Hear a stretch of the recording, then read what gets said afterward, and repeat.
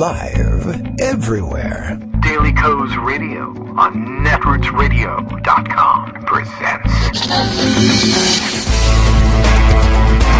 David Walton. Kagro in the Morning Show.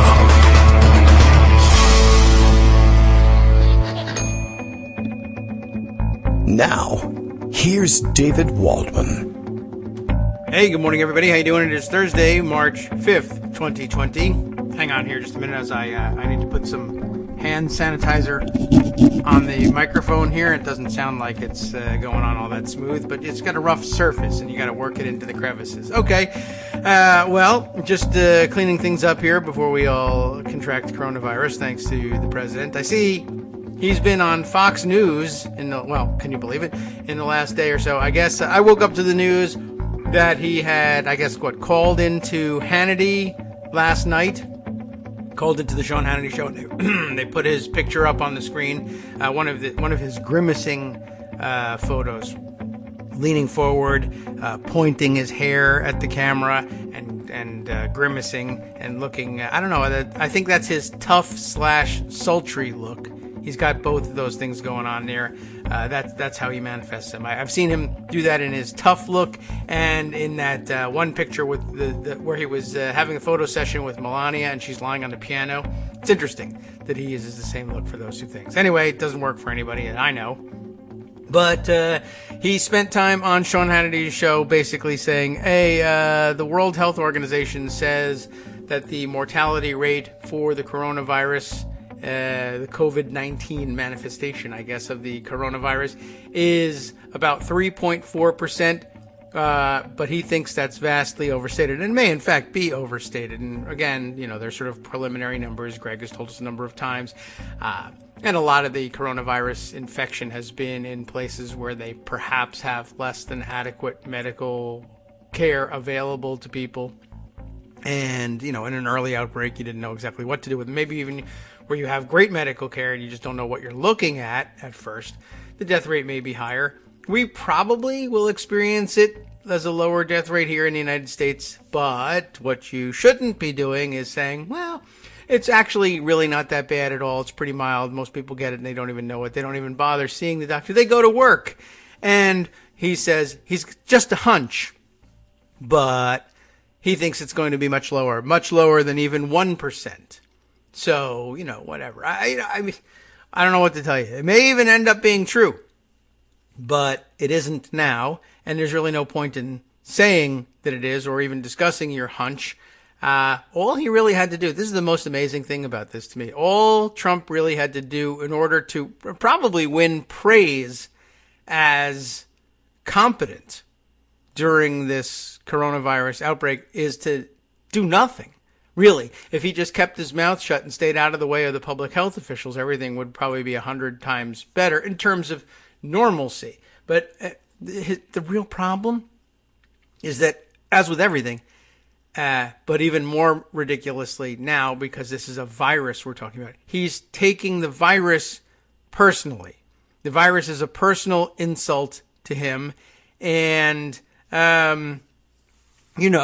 it's all a Democratic plot. I mean, that's, I guess, what's driving it, is he buys into the idea that the Democrats are plotting to make the coronavirus worse, or at least make it sound worse, so that they can say, see, Trump is incompetent. But you really don't have to, what we've at least discovered is you really don't have to do anything in order to make Trump appear incompetent. We've at least realized we just need to hang back and watch things go, and he'll be incompetent all by himself. So that lesson, at least, we've absorbed.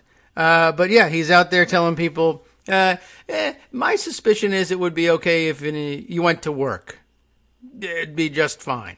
And the only saving grace for all of this is that he's doing it on Fox News Network, and their aging, geriatric, in fact, and very rural population, maybe they'll all become infected, and at the minimum, it will be a great excuse to isolate them socially and stay away from them, because they're at greater risk of carrying and passing on the coronavirus, and that'll probably be good for everyone. Now, if a large portion of the aging rural population dies, That's bad news. We don't want that. I mean, it might be the case that this is the voter suppression America needs, but you won't catch me saying that. I only ask it with a Fox question mark, which means that I can't be accused of anything, I guess. And maybe that was Chuck Schumer's big mistake. He should have done the Fox question mark after his comments about the Supreme Court justices,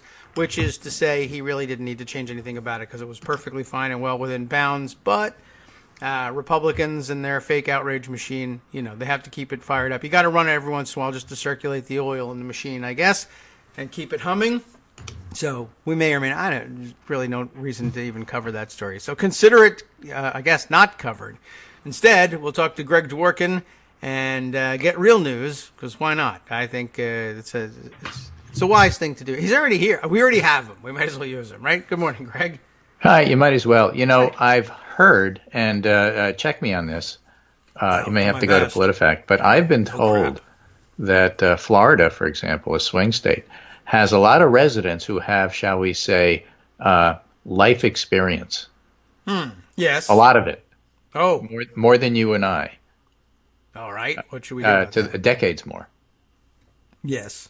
And so, therefore, they might be higher at risk for something like coronavirus. What if it spreads there? What if the New York people who spread it person to person happen to go visit their relatives in Florida? Yes. Or do you what think if they that don't have would any get anymore? Trump's attention? It would if they were Mar-a-Lago members and didn't come and spend money in Florida. Or somebody in the White House. Or I've told you all along, Academy. Yes. Right, that the message coming out of the White House is just dreadful. Yes. So that's not a surprise. That's not new. But boy, has it gotten worse. And in the last couple of days, it's just falling apart entirely. They've gone to giving, it's like you're giving a press conference with the sound off because they had no TV when Mike Pence was briefing somebody. And I guess they were afraid that the experts would say, excuse me, this isn't correct. Now they've got their chief messenger, Trump, calling in, to Hannity, to tell people that don't worry, it's not as bad as the experts say. Now, he may be correct. In fact, there's a lot of reason to think he is. But instead of hearing that don't worry, the case fatality rate is lower than the incredibly high number we have in the United States of about 8%, since we only know the cases from Washington. Yes. Then he's probably right. But instead of that, what you hear is don't pay attention to the experts. They don't know what they're talking about. Remember that fake Lindsey Graham quote? He's doing it. I know more about this than the scientists. Yeah, well, right. That's why it was so easy to believe. And it was also very easy to believe that Lindsey Graham would say such a thing. I had a hard time believing Graham said it, but an easy time believing Trump said it and making Mike Pence say it.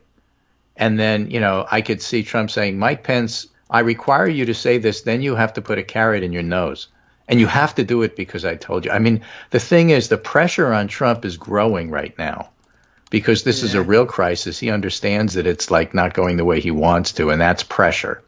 And he also understands that on the politics side, his opponent in the fall is probably going to be Joe Biden and not Bernie Sanders, which he considers to be harder for him to deal with. I mean, as everybody reminded us, don't forget, he got impeached over worrying about Joe Biden. Yes, that's true. And they're starting and that their impeachment, by the way, is again. killing Susan Collins. So don't tell me it was a waste of time. It sunk in. And so all of that stuff is happening and putting pressure on him. And, he's starting to lose it. Well, okay, I'll accept that. I mean, don't forget what it's part of the reason that I've been upset about the messaging from the White House is they put Pence in charge as the point person, which is fine, but that's a behind the scene job. When he gets out there and starts telling us stuff, politicians are built and designed to lie to us. And we accept their minor exaggerations to make a greater point in most cases, but not in these cases. That's why your job as spokesperson is to say, hi, I'm Mike Pence. Let me introduce Tony Fauci. I will sit down over here. Yeah. And they're not doing that.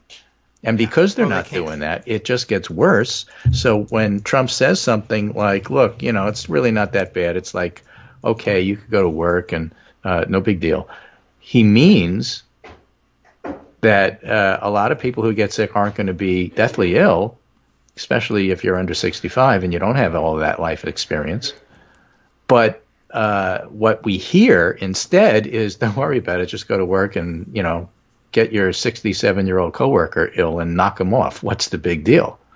What he wants to say is that because we're not testing a lot of cases and doing surveillance, there were probably a whole lot of minor cases out there we don't even know about, and that would knock down the case fatality rate. But he can't say that because it makes it sound like, well, why aren't you doing the testing? And he's not prepared for that answer. So instead, he says, well, they're all wrong. I'm right. Yeah. And so, again, what he wants to say is that the case fatality rate is lower, and that's probably true. And it's probably even true that it's lower than the 3-point-something number that the World Health Organization claims. But what we hear is not what he said. What we hear is, don't believe the experts, believe me. And now everybody says, well, wait, look at what's happening in Seattle right now. The Seattle Department of Public Health bought a frickin' motel so that they could expand their isolation capabilities because they didn't have enough hospital beds. That's like normal. We do that every day. Right. You're supposed to buy the schools are closing around the Seattle area. We already talked about how you never close schools unless you absolutely have to. They're doing it. Yeah. They are. It's true. So my point is, watch and listen to the Seattle people, not the White House, if you really want messaging on what's really going on. And now you have the prisoner's dilemma of media. Do you clean this up because you don't want to start a panic? Or do you expose the fact that he's a complete moron who's just like completely destroying the message and not doing it at all competently? What's in the United States' better long-term interest? That's not an easy question to answer, by the way. No. Politically, yeah, but I mean, like, for responsible adult kind of stuff, what do you do? Yeah, I don't know. I will say it's getting to the point where it might be a waste of time to clean up after him. So what you should do is simply not cover what he says. That's probably the easiest way out of the dilemma. Yeah, if you spend that time doing doing the James T. Kirk approach to Starfleet Academy testing. Yeah. Right. Should I cover this as responsible, or should I cover this as exposure? Don't cover it. Yeah, I mean, I get. Oh, I can do that. They love bringing their own experts and having panels on TV. Just do that. Every time he says something, just do that. Don't cover it. Right, don't even cover a word that Trump or Pence says. Right. I think that's a great idea. Or you could, I suppose you could translate over him. You know how they lower down the volume of a foreign language speaker and then they do the translation louder. You could just have a doctor speaking over him. And if you can find a doctor that can imitate Trump's voice, that might really work. So, we've had this discussion, small scale, about the press conferences when they used to have them. Yes. Why are you going to the press conferences? Send an intern. Why are you sending your Jim Acosta so that they could get their airtime asking a belligerent question that isn't going to get answered? What good is that? That's theater. Yeah. Don't cover it. I guess so. Now is the time to go back and dust off those White House mitigation plans that media made at the time that they got their first inkling that you couldn't trust anything they said, and dust off those plans and drill them and put them in action. All right. Man. Okay. I have my doubts about the media absorbing that message. The White House is making it easy. If they don't allow cameras. Oh, yeah. Right. And they keep talking next to the helicopter. Right. They hate fine. that. Okay, good. Yeah. Then that gives you license to say, here's what the public health experts are telling us. And then you can, if you want to say anything at all, then you can concentrate on the fact that the White House messaging is really bad. And that's starting to happen. You're starting to see stories like that in the press. Okay, well, that's Trump made the false statement that, yes, or the botched messaging on this, or chaos behind the White House is impeding the response. I keep hearing Mike Pence go out with that car salesman sincerity, looking at the camera and saying, we're going to have testing tomorrow. Cool. And again, I think I used this on the show, but I was on Twitter this morning doing the same thing, using the analogy of the poor guy who's in the warehouse with the thousands of boxes. Right. And he gets a message from his boss, oh, there's an emergency. You now have to mail everything by this afternoon. And it turns out he's the only guy working there. Yeah. And then his boss says, do it. And the guy says, I can't. And the boss says, don't worry, I'm giving you a raise, but it's not active till next week. That boss is Mike Pence. Then he goes back to his boss and says, I've solved the problem. Right? Ooh, and then the big boss says, okay, so we don't even have a problem. And guess what? Those boxes aren't getting sent out no matter what they say. That's the testing bottleneck. You can say that you're ready, but you're not ready. You can say that you're testing, but you're not testing. And that's going to be pretty clear in just a day or two when it turns out, why aren't you testing? The public is demanding that they be tested because you said you could. That's not even the message you want to give. You want the sick people to be tested right now. And then you quietly want surveillance to be happening where you don't even know it. You don't want people walking up to the hospital and say, I saw coronavirus on TV. I'm worried I have it. Test me. You don't want that. And so the messaging out of Seattle is don't go to the emergency room. Yeah. If you're scared, call this hotline. We'll tell you what to do. Now, what we should have done is had tests available at the polling places on Tuesday so that everyone would see the long lines at the polling places and care and say, oh, well, it's not that I don't care about people having to wait 5 hours to vote, but look at the lines to get tested for coronavirus. We have all the tests, but not enough people to administer them. And now we understand the problem. But so here's Glenn Kirshner, prosecutor, legal analyst, not a stupid guy. And he tweets, so Trump disagrees with medical and scientific data from the World Health Organization regarding the fatality rate of the coronavirus. Yes. Trump says infected people get better just by sitting around, not going to the doctor, and even going to work. Trump is a danger to public health. Again, I'm trying to make the distinction between what Trump says, and what people hear. Those are three separate and distinct things. And whenever you're doing messaging, you have to be aware of all of them so that they align. Let's just say in this particular case, they're not aligned. No. All right.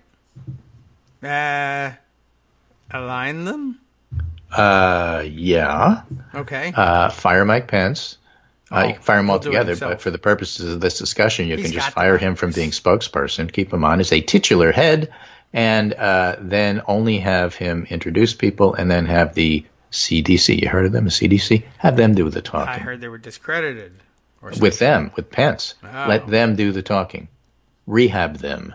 Rehabilitate them. All right. Yeah, well, rehab takes a little while. Pence has the virus. I'm positive of it. He got it from the Sarasota. Well, I saw him wipe his nose and then, shake everybody's hand. Well, that's why he gave it to everybody else. But he got it from Meanwhile, heading in Seattle Times, we are no longer able to provide quality instruction. North Shore School District closes all schools for coronavirus concerns. Yes. Right? Did you hear about that from the White House? No, just you did not. This morning, I heard about that. I have some other reports from the Seattle area tucked away, but yeah, I did see that one. My kids are excited about that one. They don't go there, but they're thinking, there's hope. There's hope. Yeah. If it can't snow, at least this might happen. So we don't get any snow days. Right? So I'm reading this Reuters story, coronavirus cases spike higher again in Wuhan. I haven't seen the spike, just the report of the spike, but that's driving futures. The epicenter of the outbreak, dashing some hopes of containment. I think we have discussed on this show that anybody who tells you containment is to stop the virus is doing a disservice. The purpose of containment is to slow things down. Mm-hmm. And so you did slow things down with what happened in Wuhan. But if there's new cases, that shouldn't be a surprise. We have to find out why. Is it because there's more virus? Is it because we're testing for more virus, but there's always the same amount of virus there was? Is there a super spreader? Did some thing happen, like in South Korea, where everybody got together and apparently at the same church and all got sick at the same time? We don't know why. Did they share communion cup? That sort of stuff. Until that's work is done, you can't really interpret it. But my point is, anybody who told you containment was to stop the virus, like let's say Trump, did a disservice. That's not what it's for, and that's not what's going to happen. The stuff that's happening in Seattle today is pretty concerning, and we really need to pay attention. This is Jeremy Konadic, who was an Obama Ebola emergency manager.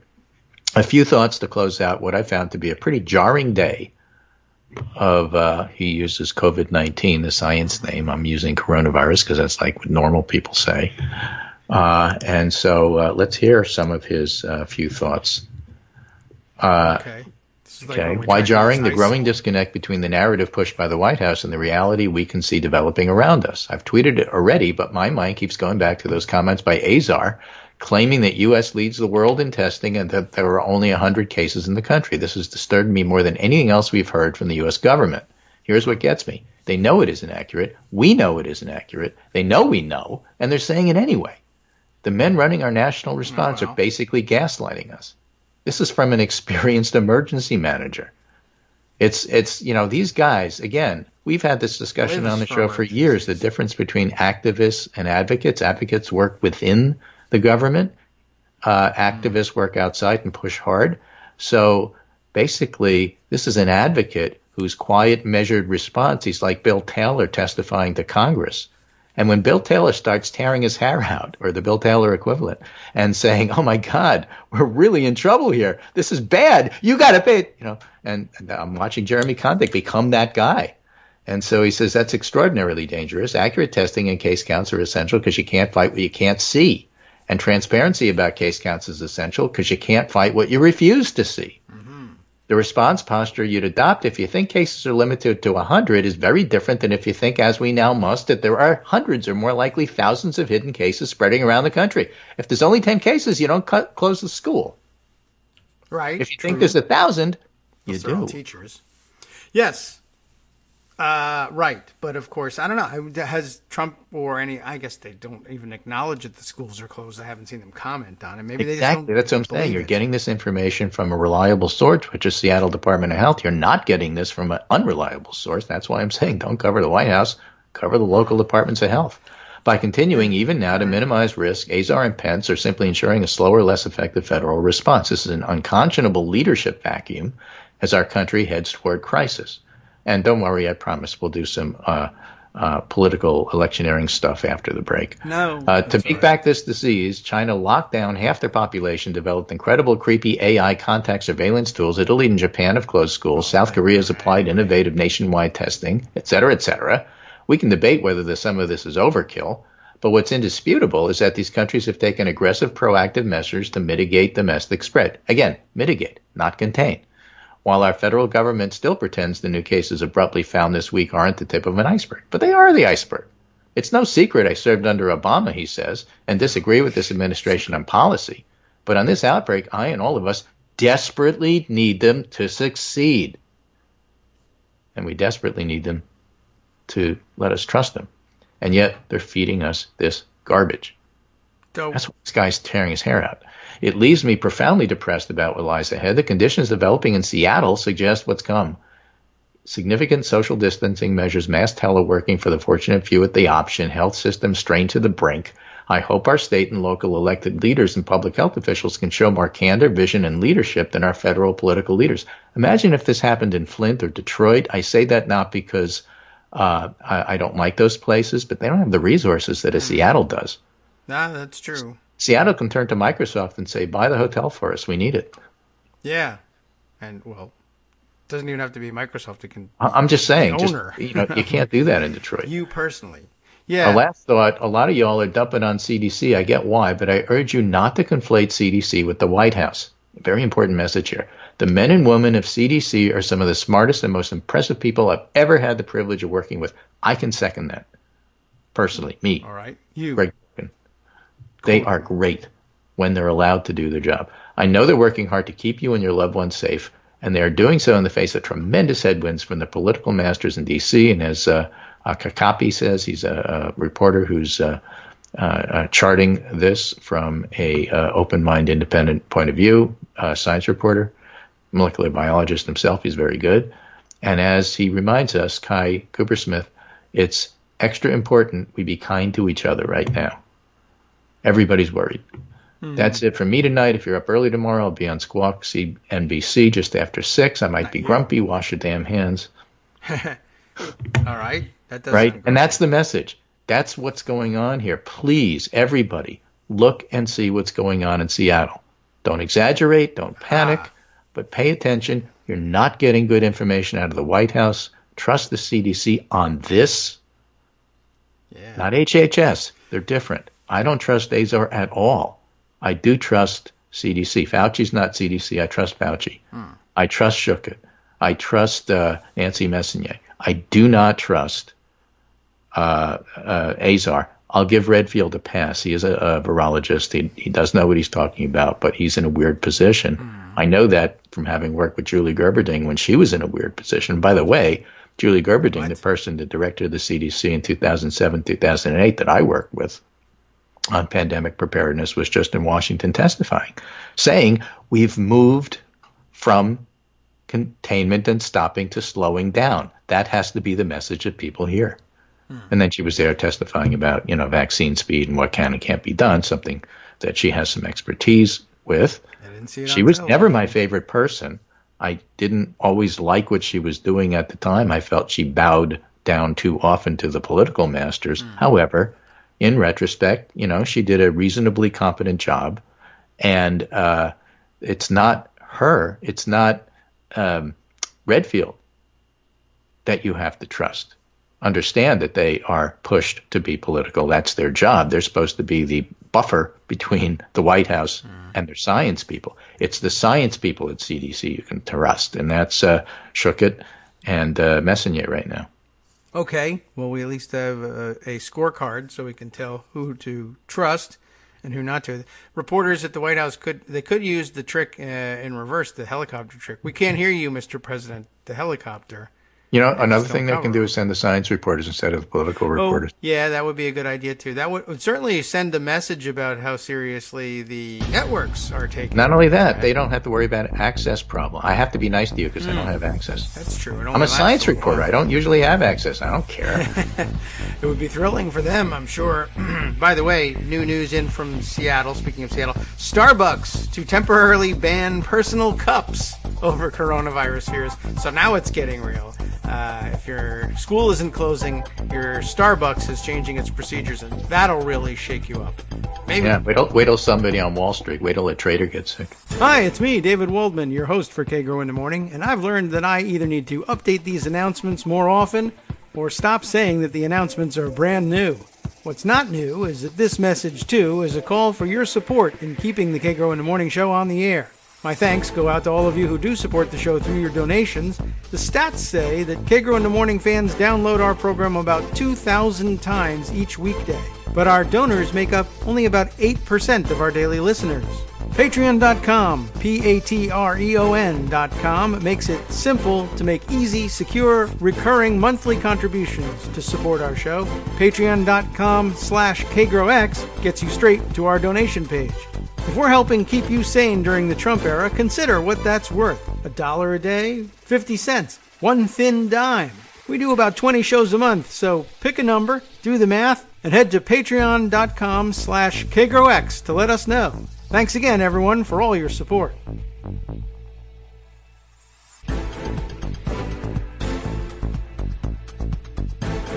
Welcome back now to the Kagro in the Morning Show here on Netroots Radio.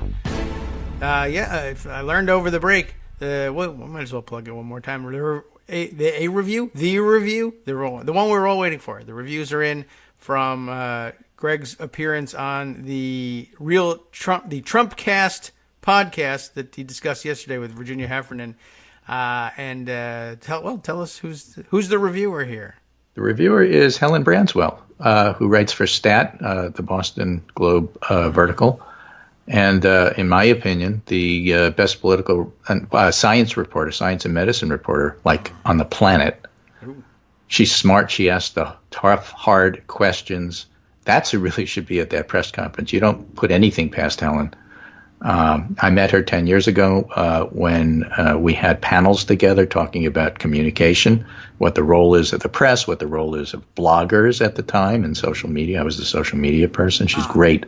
So she listened to the podcast and thought it was good. That's pretty cool. All right, so one more plug for the podcast. We included it in yesterday's roundup, but today we'll include the review there just so you can see it, and I guess maybe another link. So if you, like me, didn't get to listen to it, it's only half an hour. What the hell's wrong with me? No, what the hell's wrong with you is what I would ask. We'll get to that. All right. Thank you for the reminder. I appreciate it, and I want everybody to be able to listen in and see what they're missing, see what's so good. What has Helen Branswell saying? So you're the Mr. Everyman, average, everyday viewer. Sure, you want to hear more about coronavirus? You want to talk about politics? Well, it's a serious thing, coronavirus. Politics not so great. So let's do more. Okay, let's just do one more coronavirus story. And I think this is an important one. It's in the Washington Post. How coronavirus spread in New York from a man to his family, then a neighbor, then friends. And imagine at the end of the story that isn't here that I'm making up but pretend it happened. And then he goes to Florida to visit his grandparents. And then everybody dies. That's how. First, a lawyer who commutes between the suburbs and his Midtown Manhattan office was diagnosed with coronavirus. Then his wife and 2 children tested positive, along with a neighbor who drove him to the hospital. By Wednesday, another friend, his wife, and 3 of their children were also infected. And in the span of 48 hours, what began as one family's medical crisis spiraled well beyond their Westchester County home, shuttering Jewish schools and synagogues and crystallizing the virus's power to propel anxiety across a region that is among the nation's most densely populated. That is scary. The guy drove him to the hospital? While Trump is telling us, just go to work, no big deal. Wow. And with you see why I'm tearing my hair out? You see why Jeremy Condon is really upset? I am surprised about that one. Just the guy who just drove him to the hospital. How long was the ride? It couldn't be that long. Well, it's probably 25 minutes. And they're telling us, don't worry, you can't catch it that easy. It's not like the flu. I don't think so, unless he gave him mouth-to-mouth resuscitation on the way. That sounds more like measles than it does flu, but that's just the story. While Governor Andrew Cuomo, who actually is doing a great job on this, I'm no Cuomo fan, but he's doing a very good job on this. While he urges calm, news of the virus's latest victims spread through close-knit Orthodox communities in the family's hometown of New Rochelle and across New York City, where pockets of Jews frequent the same kosher restaurants and attend the same schools, weddings, bar mitzvahs, and funerals. People think it's Armageddon and they're never going to leave their house again. Well, said Josh Berkowitz. Remember, this is New York. Yeah. So when I read you the following, don't be surprised. The owner of Eden Wok, a kosher Asian fusion restaurant in New Rochelle. Kosher Asian, the fusion being with kosher, I guess. Yeah, exactly. Kosher and Asian. Kosher. Most of his customers are quarantined to see if they develop symptoms of the virus. His employees have been making deliveries, setting the food outside without coming into contact with the people behind the front door. This is something we talked about 10 years ago. This is not surprising when you hear that. That's what you're supposed to do. All right. You drop the package off, you ring the bell, you run. That's how you're supposed to do it. I'm nervous as much as anyone else. We always sanitize and clean. We're just being a little more diligent. Sanitizers are nowhere to be found. You can't get them for miles, even if they're available. That's why you have to make your own. You can't get them for miles, even if they're available? Why not? Yeah, because if you hear that something's available 15 miles away, you go drive there. By the time you get there, shelves are empty. Plus, you've given the other guy coronavirus. While you're driving, yeah. Wow. And the number of coronavirus cases reached 11 in New York. I promise you there's more than 11 cases in New York. And that's what Cuomo said. You have to understand, we're a hub. Everywhere in the world comes here. Of course we're going to have more cases.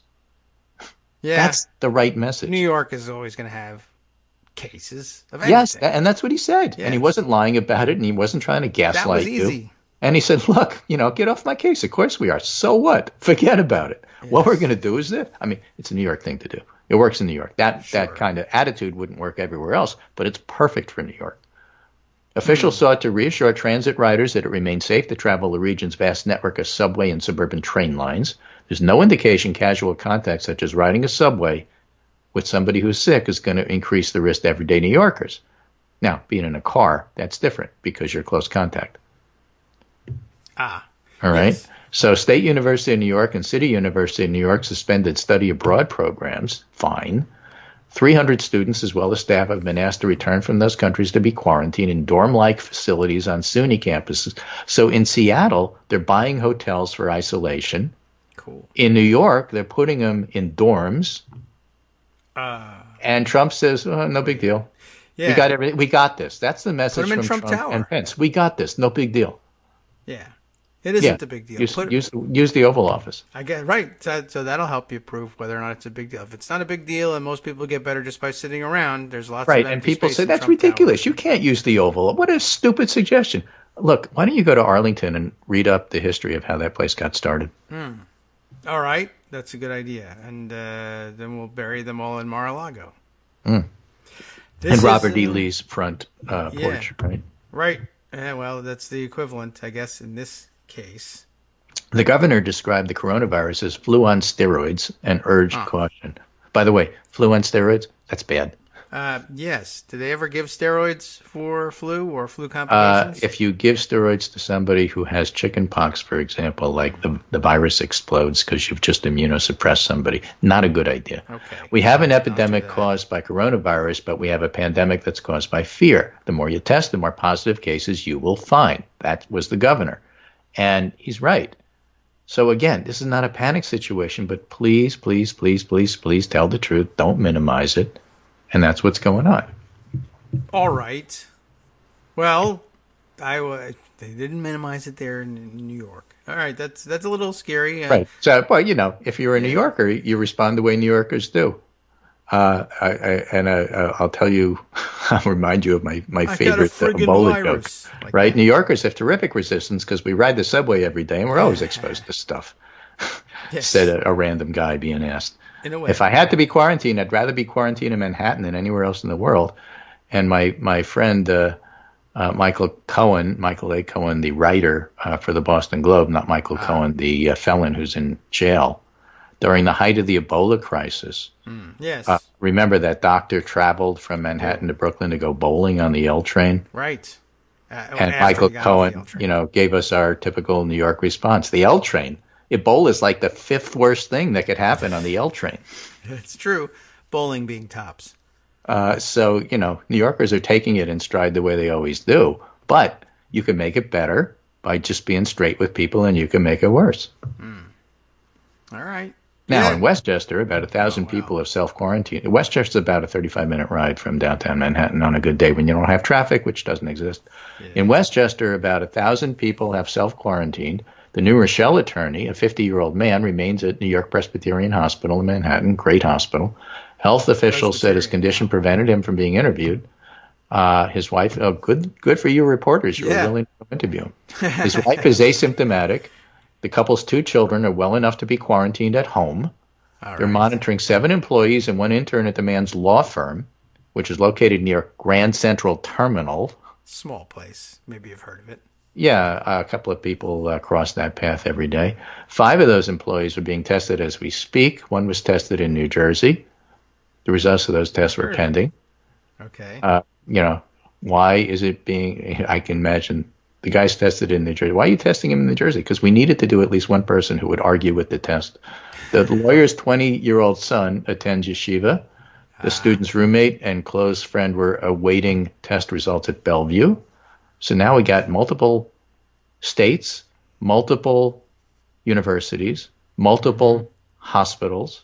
I'm just trying to give you an idea. This is from one case. One guy. One guy. One friggin' guy. It's New York. Yeah, it's pretty. That's why I'm so sure Pence has it.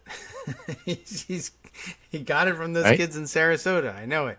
Right. This is an old world Jewish community. Everybody is so into everybody's life, said Rabbi Jeffrey Serkman of the Larchmont Temple, a synagogue in a neighboring town. Larchmont being close enough for the purposes of this discussion, next to New Rochelle. There's a real sense of mutual support and mutual care. There's a real sense of connectedness.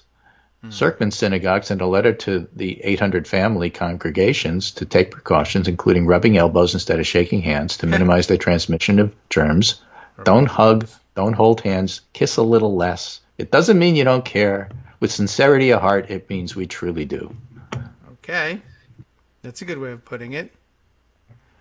Michael Weissman, owner of Mikey Dub's Frozen Custard in New Rochelle, says members of Young Israel were some of his source customers when he opened and has been faithful ever since. The shop's down the street from the synagogue. He provides catering. It didn't impact his employees just yet, but the Purim costume festival on Sunday is, of course, at risk. Yes. By the way, for those of you who don't know, during Purim, it's not completely unusual for those participating in those carnivals to wear masks. True. Right? So, New York, the attitude was, okay, so it's Purim for everybody. Put your mask on and just get about your life. That's, sure. Why not? That's a good answer for it, right? But I just want to give you a sense, with the accompanying picture of little homemade signs on the little stores facial masks are out of stock. Oh, yeah, right. Use a paper bag, not a plastic bag. Facial masks are out of stock. So people are getting about with life when they have instruction and they have some idea of what to do. And when you're not getting instruction, when you don't know what to do, then you got guys like Glenn Beck selling stuff, which is going to, get rid of your flu virus, or James Baker, or all these con people who are always trying to sell you gold, and now they're just going to turn their con man effects into selling you other stuff. All right. Well, they're well equipped for it. Maybe they can make a dime off it. Who knows? Yeah. Anyway, I'm done. That's my soapbox for today. Okay. I just thought I would catch you up. Sure. This is serious. Pay attention to New York and state of Washington, not Washington, D.C. when it comes to messaging. Look to the governors. They're going to tell you stuff that you probably didn't think you'd be hearing, but you're not hearing it from the White House. Okay. Well, any excuse to ignore the White House, I'll certainly be happy with that. All right. Well, let's see. Anything else we can add? Any political news that you want to slip in there? So this is Benji Sarlin. Okay. Benji Sarlin is a reporter for NBC News, and he says, it's been long touted as a feature of Sanders-ism, but it's amazing how Bernie's managed to brand every rival, except Warren, as moderate, while they run on what would be historically left-leaning platforms. If Joe Biden wins, he said on March 3rd, that'll take some work by Republicans to undo. Trump seems to accept that Biden is a moderate frame so far. Instead, he's making the case as Biden would be too weak. But you can't make the case that Biden's a socialist and make it stick, is what Benji is saying. And today, I hope not. That was on March 3rd. Today, actual data backing up this point. Trump was notably perceived as moderate in similar polls in 2016, which helped his candidacy. So this is significant. Joe Biden is perceived as more moderate than Donald Trump. Yes. Okay. If the ideal candidate, according to where on a numerical scale, 1 is very liberal and 7 is very conservative. Okay. Yes. And 4 is right in the middle at moderate. And the public perceives themselves. Remember the flawed part of this scale. The public perceives themselves as a 4.3. 7 is very conservative. Moderate is 4, exactly in the middle. 1 is very liberal. The public considers themselves 4.3. That's why everybody says it's a center-right country. If you ask them what policies they like liberal policies, but they call themselves moderates. Okay. So that's their perception. The perception of the public is a 4.3. All right? Biden's a 3.2 on the liberal side. Trump is perceived as a 5.6 on the conservative side. Yeah. Okay? In other words, Biden's 9 points away, and Trump is 13 points away from the middle of what is perceived to be the middle by voters. Well, Biden is perceived as more of a moderate than Trump is. So Trump is going to have a hard time calling Biden an extremist. It's one of the reasons why Biden will have a slightly easier time running against Trump. In theory, don't tell me about Biden's flaws. I know them. But I'm just saying, in terms of positioning, he's in pretty good shape. Yeah. I mean, assuming everybody knows what the truth is. They don't need to know what the truth is. They just need to perceive where you are, right? And if people perceive that Trump is not a moderate, when they did back in 2016 when he ran, they saw him as more moderate than Clinton, who was seen as a liberal, even though that wasn't true. So, it's a good thing to be perceived as closer to the middle if you're running for an election and you want people to vote for you. All right. I'll let him know. Right? New polling from PPP. Democrats have a lead in 4 key Senate battleground states. Sarah Gideon leads Collins 47-43, and there's some important stuff to say about that. Okay. Mark Kelly leads McSally 47-42 in Arizona. Good. In North Carolina, Cal Cunningham leads Tillis 46-41, and Hickenlooper leads Gardner in Colorado 51-38. Oh, Gardner's going to lose. Yes, well, McSally's going to lose. Clear. Unless something. Collins may lose, and Tillis may lose, and that gives us 4. You need 1 more because, unfortunately, Doug Jones is probably going to lose. And that's why it was so important that we got some new blood running in the race because we got information. Steve Daines' state, the fellow whose name I can't even remember anymore, the governor there who was running for president and then dropped out, is going to run for Senate instead.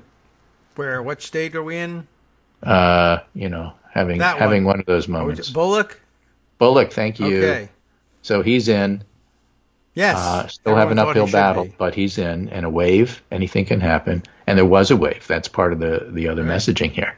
Sure. There was a wave because that wave happened on Super Tuesday. Oh, that wave. Right? Oh, you mean this wave? This is Washington Post. Young voters are turning out in lower numbers than Bernie Sanders expected. That's not really fair. You know what happened?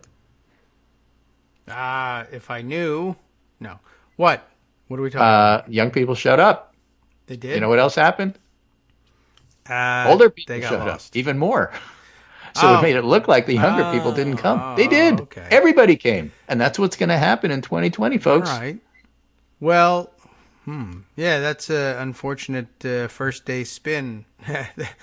But, okay, so raw numbers, they're up, but by percentage. Look at your state. Look at Virginia. I will. You doubled the number of people that vote in a typical presidential primary. Yes, I forgot to mention that. Yeah, how do you double it without people showing up? Of course they showed up. The young people showed up. It's just that the olds, they really showed up. And you know who else showed up? Suburban women. They really showed up. Well, and those are the people that it's important to be seen as moderate by. That's why it's important that Trump is perceived as less moderate than Biden. Yes. Well, that doesn't help you when you're trying to run on a revolution, but it sure does in the general when you're trying to run and win an election. Yeah. Well, showing up it's pretty key. Oh, that's good news. I mean, I'm sure that there was no end of frustration particularly for the young people who did show up and are saying, I was there, I showed up, and a lot of people showed up. So, okay, the news is they did, but as a percentage of who showed up, they were. Their wave youth was vote absorbed. turnout looks relatively flat. That's fine. Young voters form a smaller share of the overall Democratic primary vote and turned out in smaller net numbers. And that might change when we get Colorado and California and some of the western states where he did well. Oh, yeah, but that's true. In North Carolina overall, turnout was up 17%. Okay.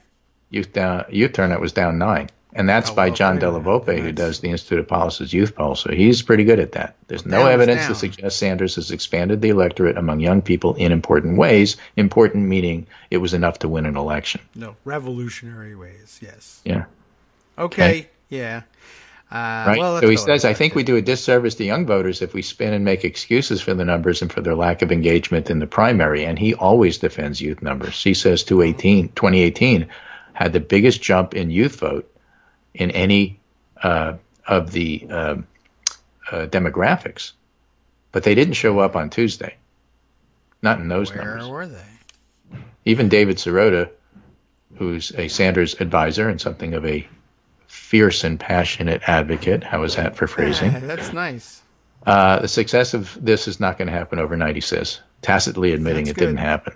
All right. Oh, I see. Well, I have seen some very interesting messaging from some of the more passionate Bernie Sanders people, which is like level-headed and wise. It's also politically useful for them, but you can be both.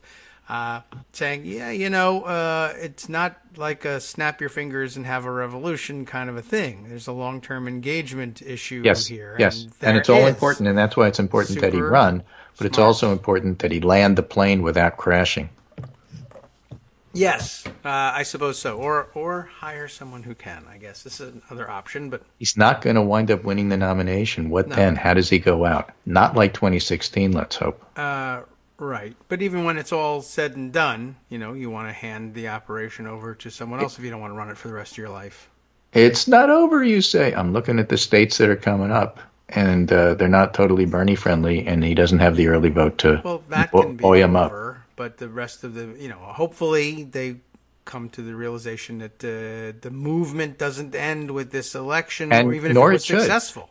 The person who's going to help him land the plane, I think, of course, is Elizabeth Warren.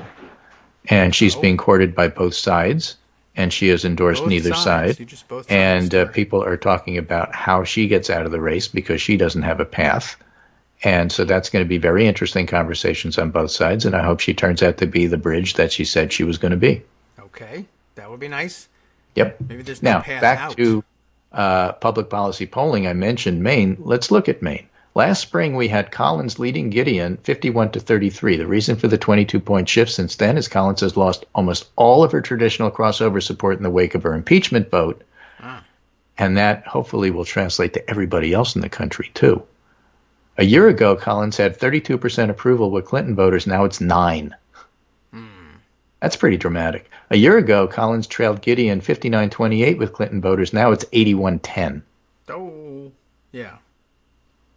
Well, right? Overall, Collins has 33 approval, 57 voters who disapprove. Those are pretty crummy numbers for an incumbent. Yeah. She has improved her position with Trump voters. She went from 59-26, from 42-47 to 59-26. So you shore up your base and then you lose in the general. This is the don't primary me, bro, kind of attitude that gets you kicked out of your seat when the general election comes. And again, when it comes to Bernie, don't get mad at me, but I'm telling you, you can't run your whole entire campaign as if the only thing you care about is winning the primary. If you do win the primary, you got a general election, and you can't box yourself into the point where you screw yourself in the general election in your efforts to win the primary.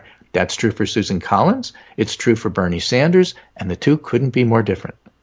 True. I'm not comparing them in terms of personality or favorites or anything like that. But from a practical point of view, you got to run your primary remembering that you're also going to have to run a general election. Yes. This is applicable outside of New England. Yeah. All right. It's applicable. It's not just coincidence. Everywhere. So, again, this is Washington Post. Bernie Sanders' political movement faces a reckoning after Super Tuesday setbacks. You know, it's dawning on people that, like, he's got a real problem. And part of the problem isn't him, but it is of his making. No. Since he was the one to help write the delegate rules. Yes. And that is that with proportional delegates, it's really hard to catch somebody when they have a lead. Yes, true. And it's especially true if you're now going to go to delegate-rich states that you're not going to do as well in. Yeah. Is Texas different? Did Texas stick with winner take all? For some reason, somebody mentioned it to me, and I thought that they did not. As a matter of fact, Biden was in the position that he was going to wind up getting more delegates out of Texas, even if he narrowly lost the race, because he won more counties. Interesting. Many, many, many, many more counties. But it turned out he also happened to win the popular vote. Okay, so then not so much. On the Republican side, a lot of this stuff is winner take all, which is why it gets confusing. I thought we kind of banned it across the board.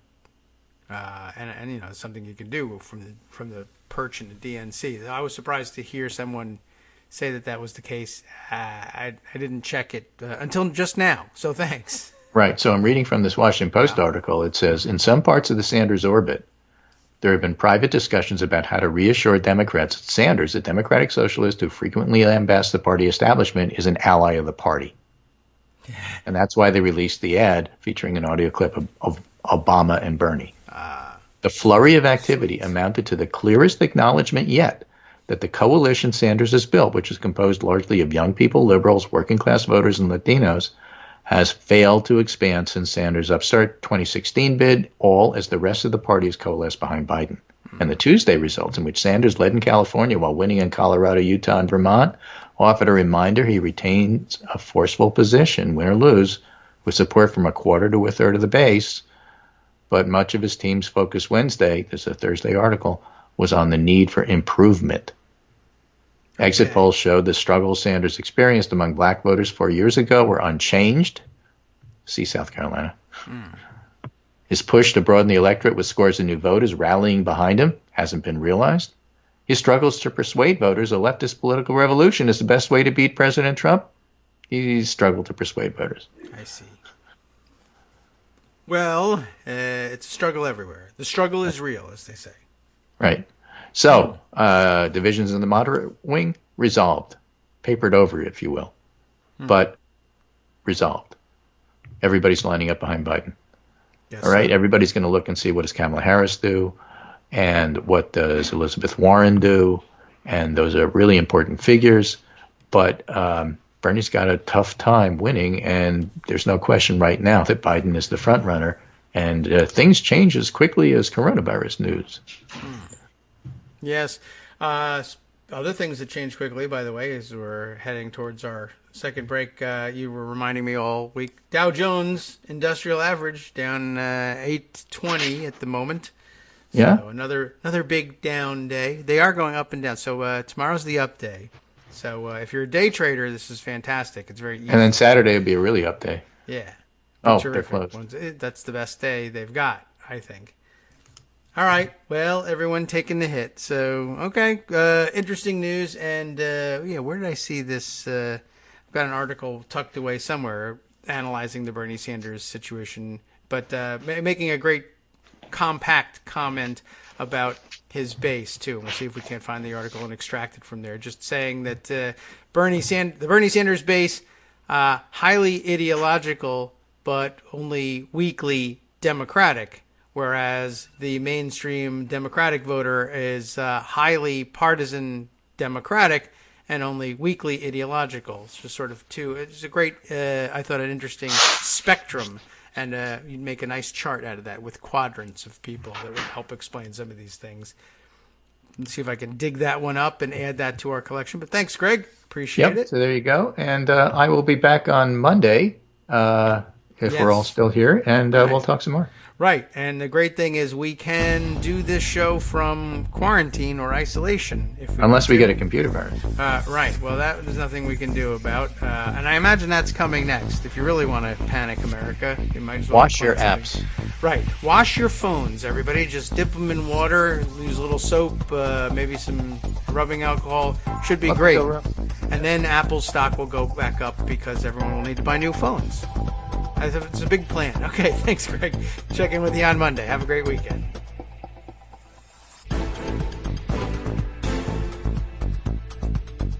Welcome back now to the Kagro in the Morning Show here on Roots Radio. Just that brief 1-minute break during which I chatted a bit more with Greg. And we talked about, we revealed amazing information that we're simply not going to share with you unless you subscribe to our new paywall service or something like that. We got to think of maybe we can come up with something interesting enough to hide behind a paywall one day. What do you think? It's very un-Daily Coast-like, though, isn't it? And I think that's just really the biggest barrier to all of that. Okay, let's see. I had mentioned that there was an interesting article out there, and maybe you heard of it. It's like this one article. It's really great. In New York Magazine, Eric Levitz, who we've read a couple of times on the show, had an interesting piece that he made this great point, and I'll put it in context now by reading the piece. Don't be disturbed or moved right away to run off or turn off the show because of the headline, or the first half of the headline. Even the second half of the headline helps. Bernie's revolution failed. Okay, relax.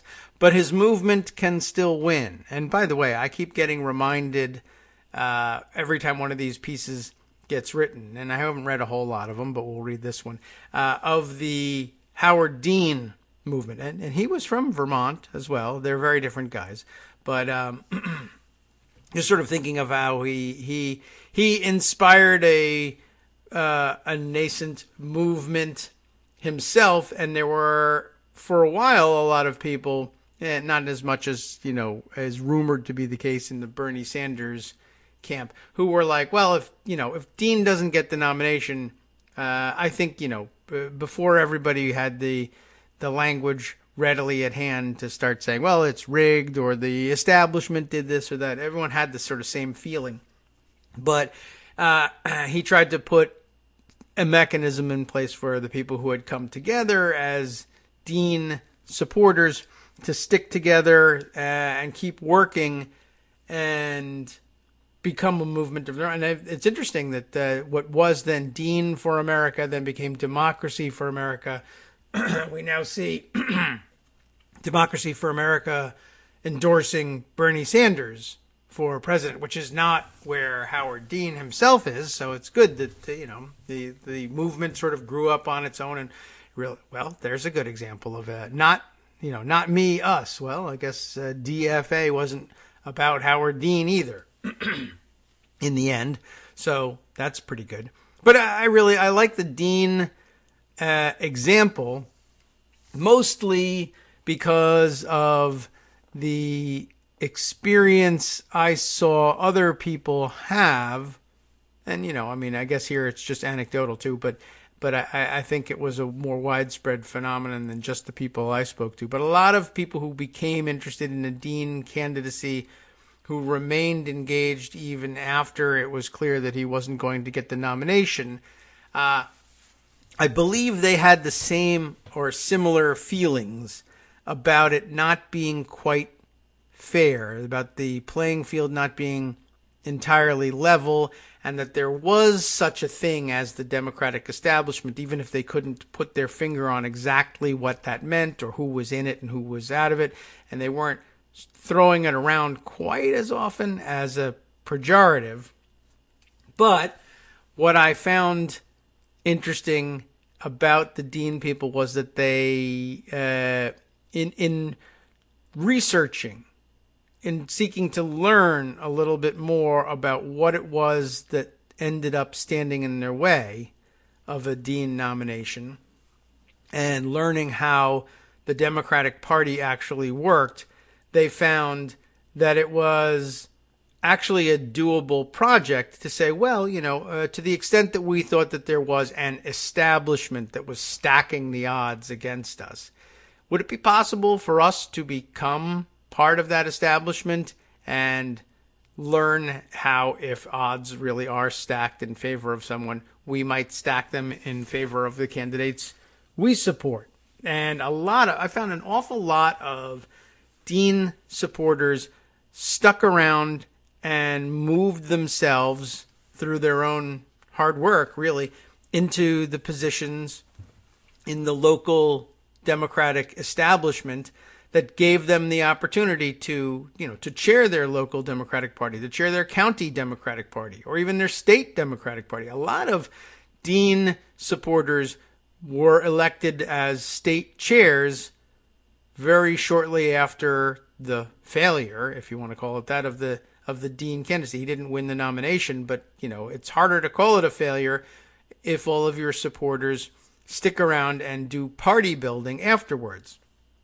Now, the same is possible for Bernie Sanders supporters if they would, if they put their minds to it, and two, if they are inclined to stick around. And that's why I thought this point that Eric Levitz made might explain why they just wouldn't do that. What they might do instead, I don't know.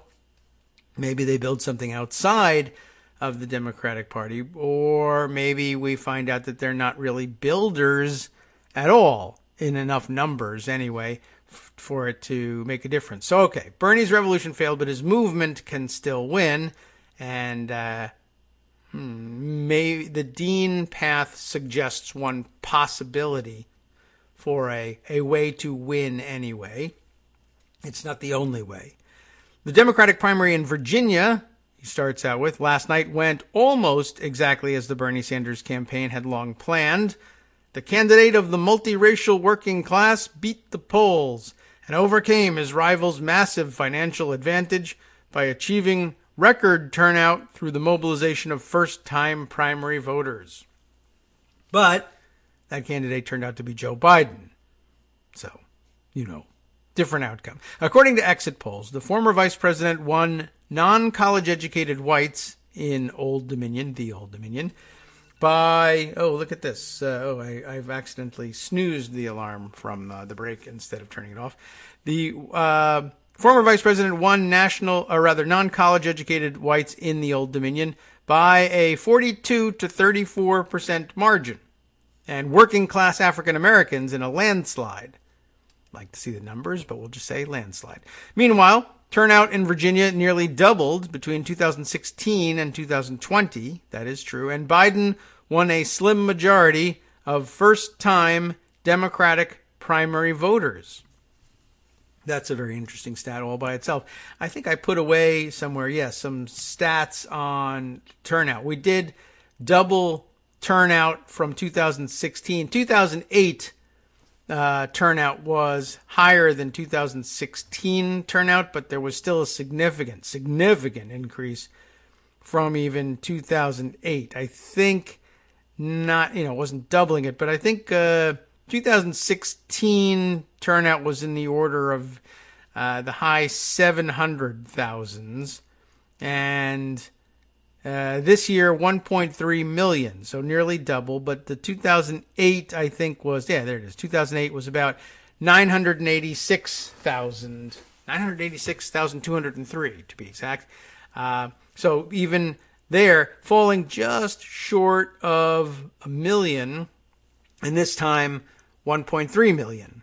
1.3 million plus, as a matter of fact. So pretty remarkable boost in turnout in Virginia. Oh, and by the way, I know we were all bragging on how quickly Virginia finished its count the other day, and I brought up Carolyn Fiddler's comment, which is valid and true, that Virginia has elections every year, and so they keep their their vote counting machine well oiled. That is true, but it occurred to me, having gone and voted in Virginia, that there was another factor at play here, two factors that may have, I'm certain, have helped things along in terms of speed. I mean, Virginia usually very smooth anyway, because of the reasons mentioned, that we're having elections all the time, and you get a lot of return volunteers, et cetera, but probably more to the point, remember, one, that there was only one question on the Virginia ballot. We weren't also having our congressional primaries at the same time, because that'll slow things down. If you're also counting votes in every congressional district, and not every ballot can be treated the same way, across the state. It's smart and maybe a good money-saving measure and all that to have your primaries at the same time, but we didn't do that here. So all it was, the ballot was just, you're marking one name out of these, I don't remember how many people were on the ballot, I don't know, a dozen or so, most of whom had dropped out already, and then just running it through, in our case, a Scantron machine and counting those votes. There was one contest going on, one vote had to be cast, and so that kept lines low and moving quickly, and it made the count much, much easier. You didn't have to worry about what precinct was doing what, and were you totaling the votes for congressional races or Senate races or any other local races or anything like that. Secondly, do also remember that there was no Republican contest. The Republican Party in Virginia canceled its primary and decided to go with a convention for naming delegates to the national convention, because they didn't consider there to be any they didn't want there to be any competition for Trump. Such sort of Virginia Republicans go for Trump by acclamation, more or less, and they'll take care of who the delegates will be at their state convention. So not only was there only one question being asked, but they weren't even required to count Republican ballots, even though the conclusion was a foregone conclusion. They didn't even have to process anything, so they didn't have to go through the motions for an entire half of the electorate. So that was really something. Anyway, we have some breaking news via Twitter from Greg, who says the first public school district in New York has announced that it will close in response to coronavirus. So we're getting even closer. Is it New Rochelle? Let's go find out. Or is it? Are we talking New York City? Yep, New Rochelle. There we are. 11. Let's see. As the novel coronavirus continues to spread across New York. Oh my God! The screen shifted 100 times before turning into a pop-up ad. Let's get back to it here. Looking at ABC News report here. As the novel coronavirus continues to spread across New York, Let's see, 11 confirmed cases of COVID-19 in New York. 10 all connected to that 50-year-old lawyer who lives in New Rochelle and works in Manhattan. Hastings-on-Hudson School District announced on Wednesday that it will close all schools Thursday and Friday to sanitize the building, making it the first public school district in the area to do so. So, I mean, that's interesting, certainly, that they're closing, but they're closing only Thursday and Friday to clean the building and then opening up again on Friday, next Monday, presumably. So a little bit like a teacher work day. I mean, our schools were closed on Tuesday for voting. It wasn't for coronavirus. We should have sanitized it then. But anyway, there you have it. Hastings-on-Hudson. They should just soap it up and dip it in the Hudson, I guess, and things will take care of themselves. So, okay, interesting news to add to our coronavirus collection. Now, though, back to the politics. Once again, reminding you what we're reading here. Virginia. Oh, no, I'm looking at the wrong article here. Get rid of this, please. The Bernie Sanders revolution failed, but his movement can still win, right? Remember that? We were doing that a minute ago. And we found out that Joe Biden did fantastically in Virginia. Won non-college educated whites 42-34, working class African Americans in a landslide, doubling turnout in over 2016, and Biden wins a slim majority of first-time Democratic primary voters. That's a big deal. Those trends were not uniform across Super Tuesday states, our article continues, but Biden won working class Democrats in more states than Sanders did. And Uncle Joe tended to do better where turnout was higher. At the same time, the Sanders campaign failed to translate 4 years of movement building and more financial resources than any rival but Bloomberg into higher youth turnout than it had inspired in 2016. That is problematic. In the senator's home state of Vermont, voters under 30 comprised 10% of the electorate on Tuesday, down from 15% 4 years ago. Sanders entered the 2020 race with high favorability and name recognition among Democratic primary voters.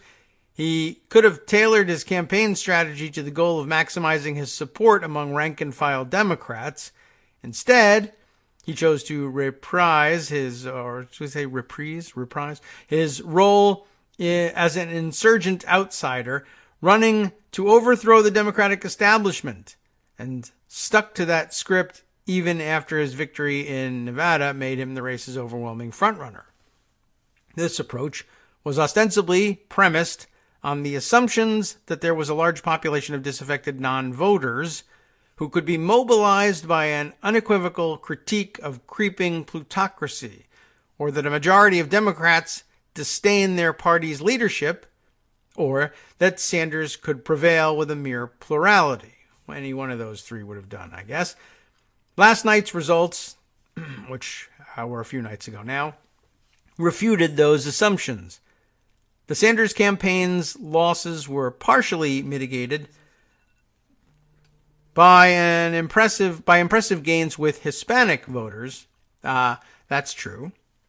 And by the way, that brings up another interesting point, which our friend and frequent listener Gil Aquino is going to be pointing me to his essay on Daily Kos about this, just saying he personally loathes the term Latinx in that it has no natural Spanish pronunciation, and that would be important, I think, if you're going to use it to refer to yourself. And I guess if the rest of us impose that on the Latino and Latina populations, I mean, it's longer to say, but maybe we go with that, then it ought to at least have some sort of natural Spanish pronunciation. I think that's a pretty good argument about it. We'll have to read the full essay at some point real soon.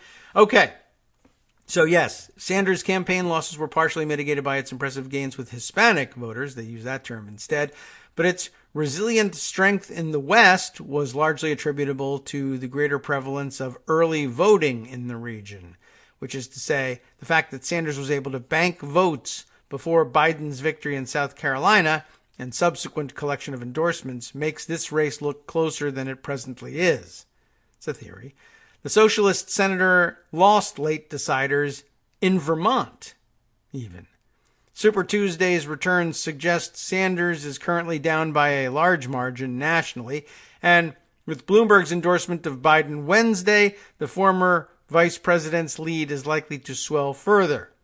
Had Elizabeth Warren dropped out before Super Tuesday and endorsed Sanders, the delegate disparity between the Vermont senator and Biden would likely be narrower today, but the main challenge facing Bernie and his movement is that its theory of victory turned out to be non-viable, or at least so far anyway, right? Not that Warren wasn't more of a team player, so let's not lay the fault there. None of this takes away from Sanders' genuine achievements. The campaign's strategic errors wouldn't be lamentable if his movement hadn't proved itself so formidable. In states across the nation Tuesday night, pluralities of Democratic primary voters expressed a favorable opinion of socialism, in revealing that a candidate could secure a hammerlock on 20% of the Democratic electorate and ownership of a historically powerful online fundraising apparatus by embracing radical social democratic reform. Sanders changed the ideological incentives facing his co-partisans and the terms of the Democratic debate.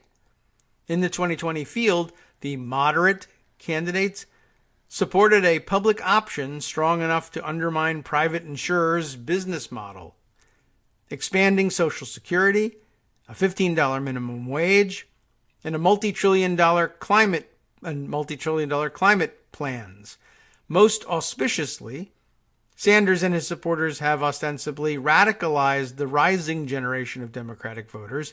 This may not prove adequate to win progressives' control of the party in 2020, but it might very well be the case by the time Alexandria Ocasio-Cortez, let's say, for instance, turns 35. And it's a good point.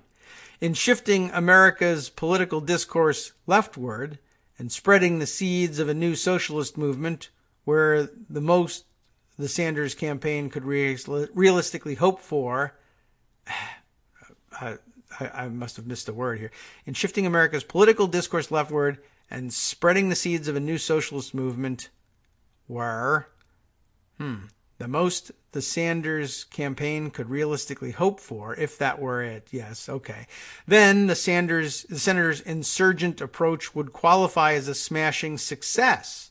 Looked at that way, okay, I see. But he was, and for the moment still is, a serious contender for the U.S. presidency, which was apparently the goal, and so, okay.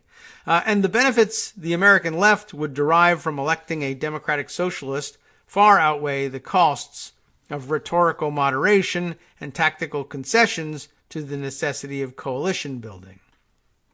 That's a thought. It's therefore imperative that the left does not respond to Tuesday night's disappointments by retreating into conspiracizing or scapegoating. It is not anti-democratic for moderate candidates to consolidate their support. Yes, the corporate media is biased against the left, but that's always been a given. Yes, some segment of Democratic donors aren't sure whether they prefer democratic socialism to Trumpism, while many moderate Democrats on Capitol Hill are less concerned with gauging the popularity of the left's agenda than maintaining their future employability in the lobbying sector. But many Democrats, elite and otherwise, do genuinely fear that Sanders would lose to Trump. And as tendentious as their conceptions of electability may be, Sanders failed to demonstrate his own viability. Over and over, the Vermont senator has insisted that he cannot defeat Donald Trump unless he inspires unprecedentedly high turnout. And over, he has not done so. This reality, combined with the failure of Corbynism in Britain, should put to rest the notion that embracing radical economic reform is such an obvious electoral winner, only closeted reactionaries could possibly question the near-term electoral wisdom of campaigning on the Sanders platform. Abandoning a Manichean understanding of all intra-democratic conflict does not mean that progressives should cease inveighing against the party's many malicious moderates, quote-unquote moderates, or challenging archaic forms of political realism, or denouncing suicidal strands of substantive complacency about an ecologically and democratically unsuitable status quo. But it does mean that we should approach the latter tasks with the humility of a movement whose own intuitions about electoral politics haven't always panned out. Put differently, progressives should give their co-partisans the benefit of the doubt when they express concerns about the electoral viability of our program, unless or until their bad faith is made manifest. Because there is no alternative. The left doesn't have its pick of coalition partners, at least not for now. Both Sanders-aligned socialists and Warren-supporting progressives have a tendency to invoke an idealized conception of non-voters as a means of escaping the distasteful compromises that building majority coalitions among actually existing voters would undeniably entail. Each faction can identify this pathological tendency in the other.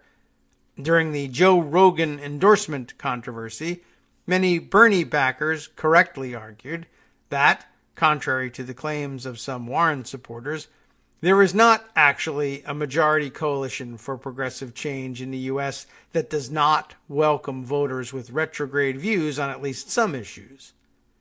Meanwhile, throughout the primary, Warren voters insisted that, contrary to the claims of some Berners, professional class suburban women are becoming an indispensable flank of both the Democratic Party in general and its progressive wing in particular, and the left must therefore take that cohort's interests and sensibilities into account. Progressives of all stripes are correct that non-white and low-income Americans are underrepresented in the U.S. electorate, and that this places real constraints on the bounds of political possibility. Democratizing civic participation is a vital, moral, and strategic goal. But there is little evidence that declining working-class voter participation is solely a product of the center-left's ideological triangulation since the 1980s. If ideological positioning were sufficient to progressively remake the electorate, Jeremy Corbyn would be prime minister. Elizabeth Warren's mastery of intersectional argot, I'm not even. You've $10 worded me out of this one. ARGOT. Is it French pronunciation? Argot? This one I have not run into. Well, at any rate, her mastery of it would have spurred record non-white turnout in the 2020 primary, and Bernie Sanders would be the presumptive Democratic nominee. Mobilizing and realigning working-class voters and other marginalized groups likely requires rebuilding civic and communitarian institutions, above all, trade unions, and enacting laws that offer Americans large incentives to show up at the ballot box. And to do any of that, the left must first win with the electorate it has, not the one it wishes it did. Fortunately, there is a lot that progressives can accomplish with the existing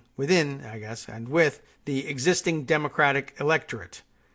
While the party's base is more ideologically diverse than progressives are inclined to admit, the diversity of political opinion in the Black and Latino communities gets routinely elided in left discourse. That's true.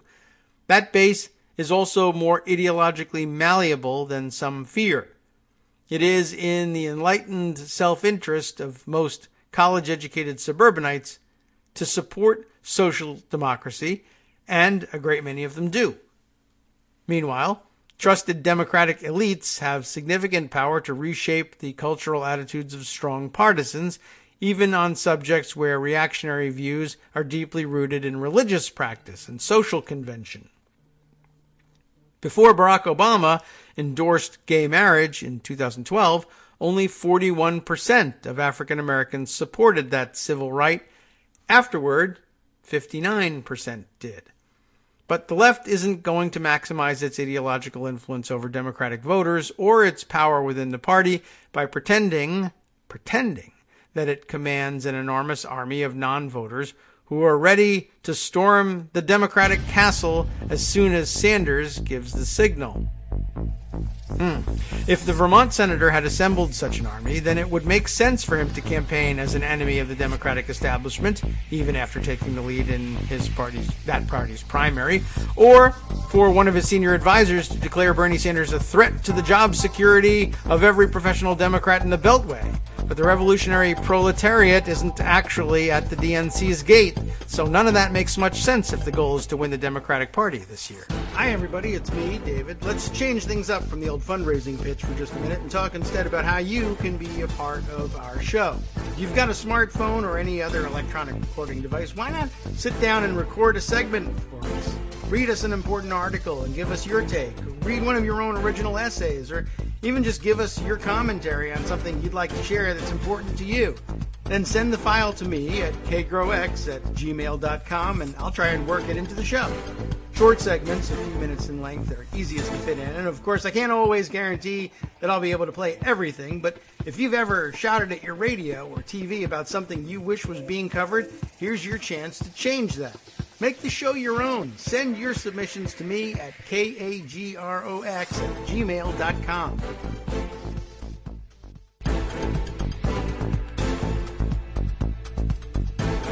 Welcome back to the Kagro in the Morning Show here on Netroots Radio. All right, let's see. Where are we stuck here? Okay, yes, we left off with this interesting article about Bernie's revolution and what it can still accomplish, even if it doesn't accomplish in the end the Democratic nomination. But a good point being made here in this paragraph that we left off with. The revolutionary proletariat isn't actually at the DNC's gates. So perhaps campaigning on attacking the Democratic establishment doesn't make as much sense if the goal for this year is to win control of the Democratic Party.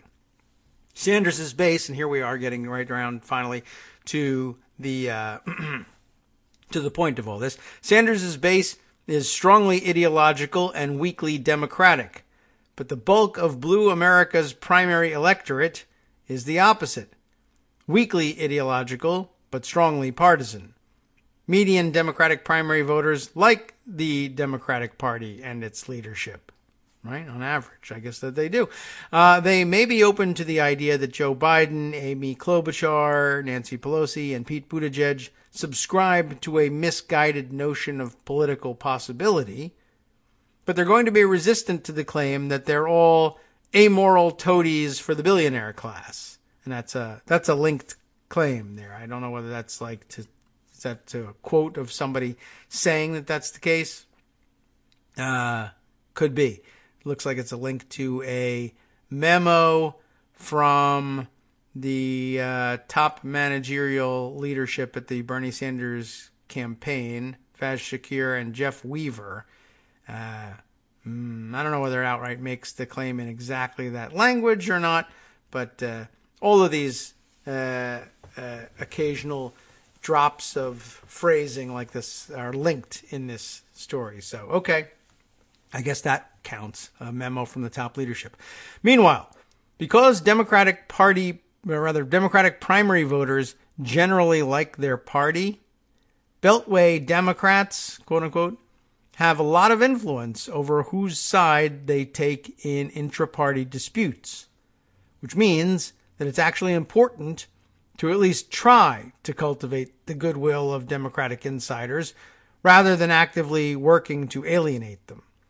Tailoring one's critiques of the status quo political economy to the sensibilities of normie Democrats, to borrow that phrase, and the egotism of the establishment ones is not the most cathartic mode of political engagement.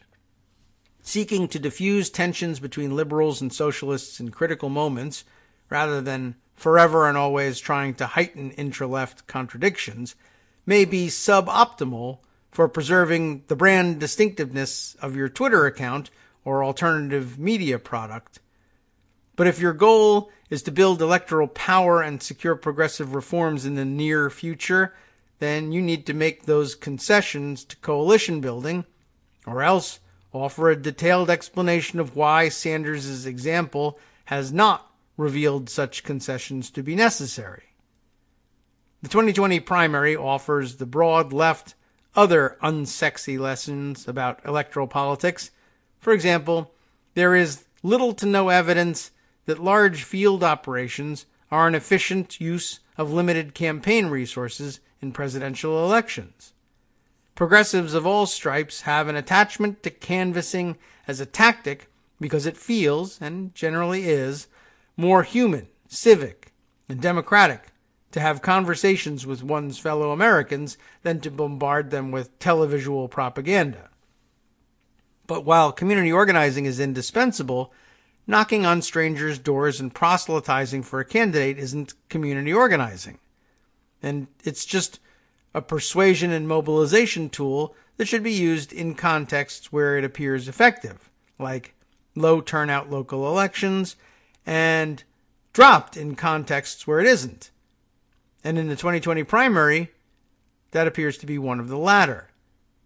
Candidates who concentrated their time and money on assembling armies of canvassers drastically underperformed those who prioritized paid and earned media. Warren made enormous investments into her Iowa ground game and got third place for her efforts.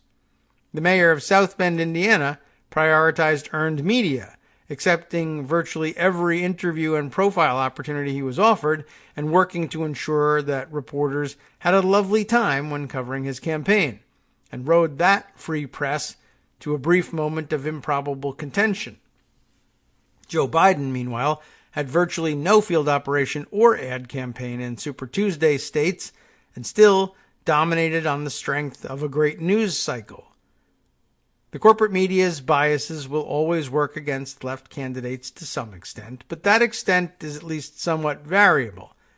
Elizabeth Warren did win the New York Times' co-endorsement, after all, and given the power that the media wields, it actually probably makes sense for progressive campaigns to do BS, like wishing reporters happy birthday.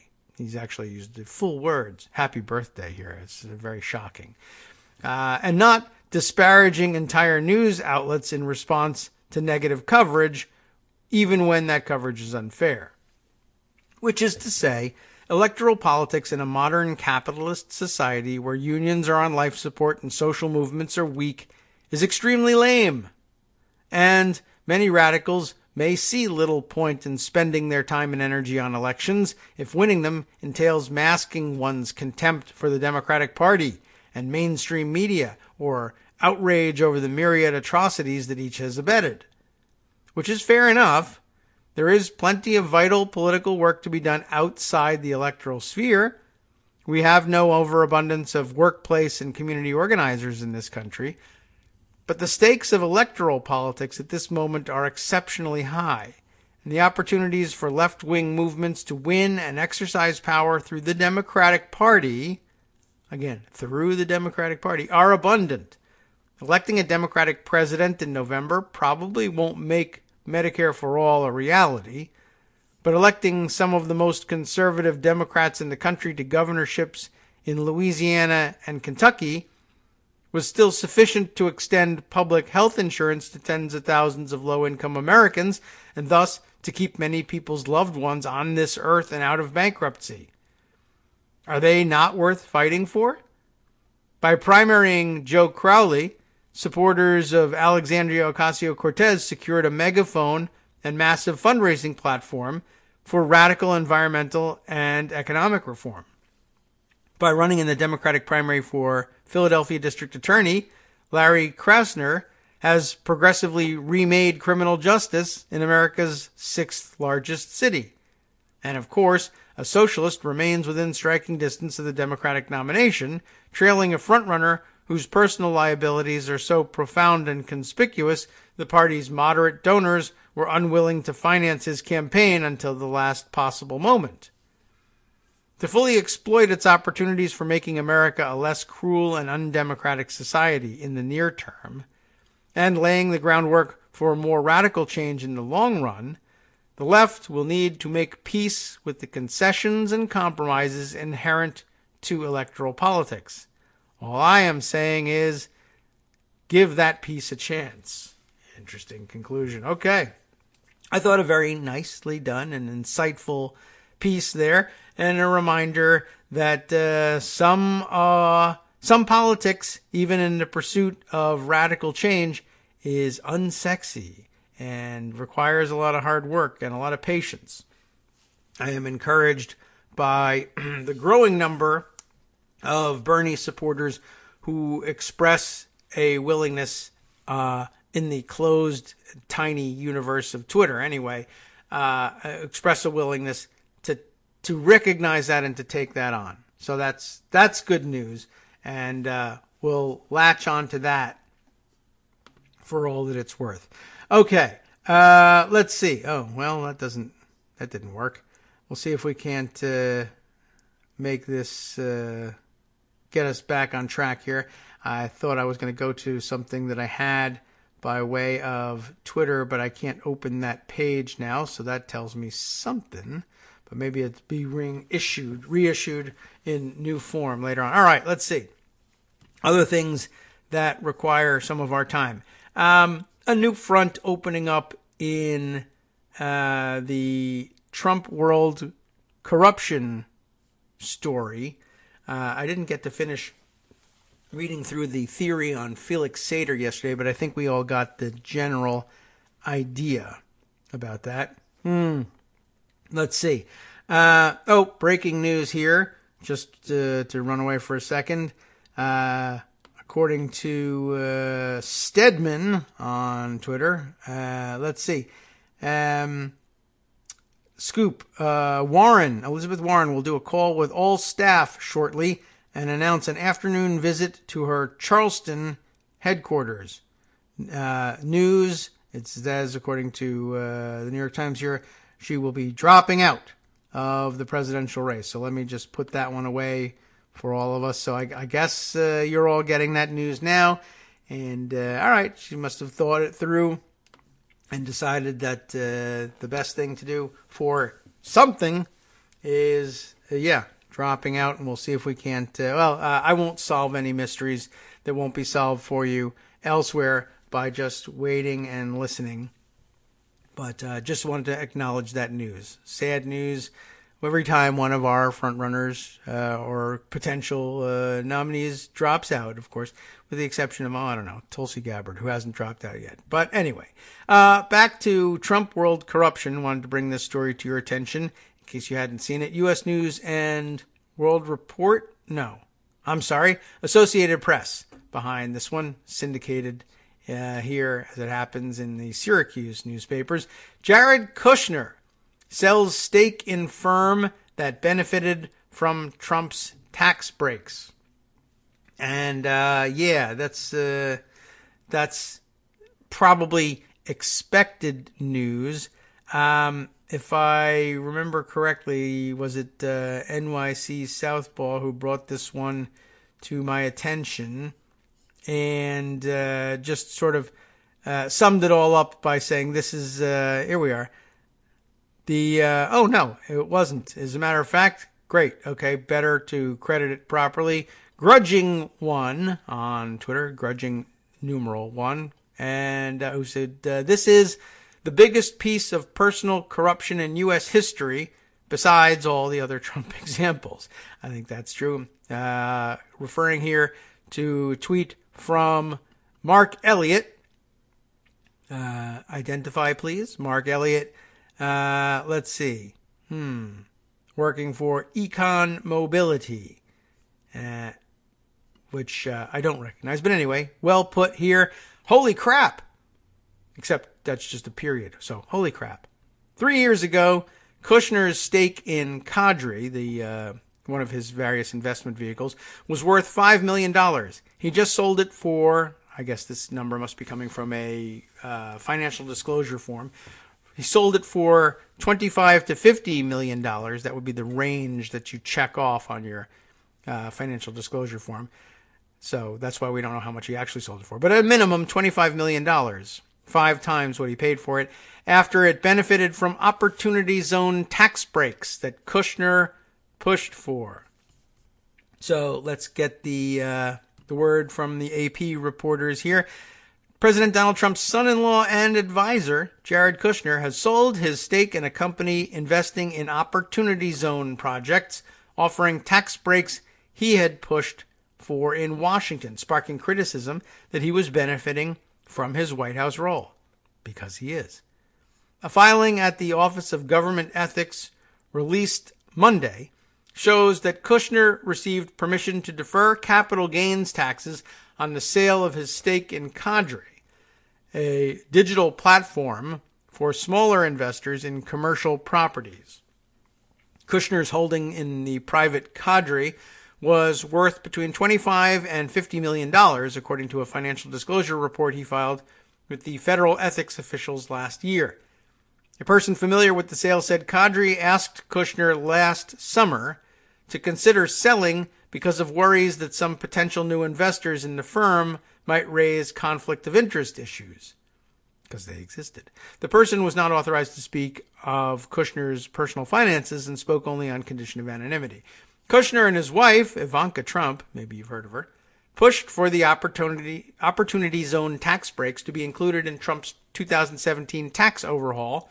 The breaks offer investors big cuts in capital gains taxes if they put money into businesses and buildings in 8,700 poor, struggling neighborhoods across the country that otherwise might not attract the money.